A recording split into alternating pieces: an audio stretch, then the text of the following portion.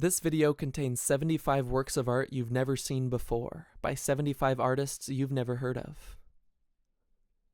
Every year, there is a worldwide art competition open to any and all artists from any country, any background, any age, any level of experience, and any level of success.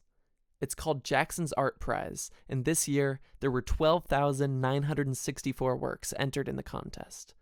On this last Friday, March 14th, the extended Longlist was announced by the judges.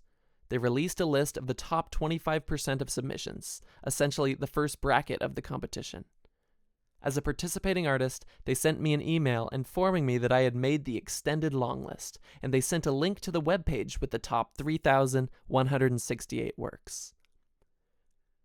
Not only was I overjoyed to see my own work of art alongside the incredible creations of the other participants, but I was also so enamored by the opportunity to look through this list. 3,000 works of art from active artists all around the world who I probably never would have heard of otherwise.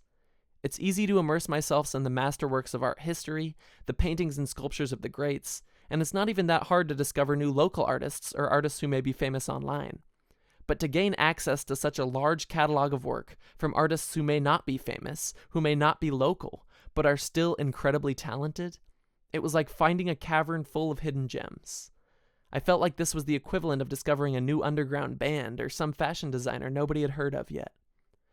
I had a rare opportunity to immerse myself in the work of some of the most talented current working artists who weren't very well known.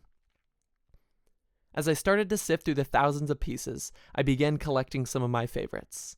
While it's true that as the competition goes on, the judges will do exactly what I've already done and narrow down the pool further and further, but I still wanted to do this for myself, and for whatever small audience may be watching now.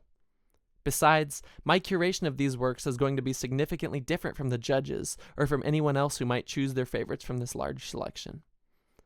Out of 3,000, I curated a list of the top 75 pieces, which you are seeing now.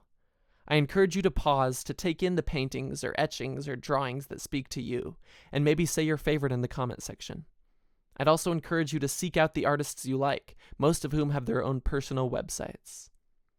The most important reason that I'm doing this is because it is vital, as a creator, to expose myself to as much art as I can. What I put into my brain heavily affects the work I put out. I will never stop listening to new albums, watching movies I've never seen, and, at any chance I get, discovering new artists. Never stop creating, and never stop seeking out new media, literature, and art that inspires you.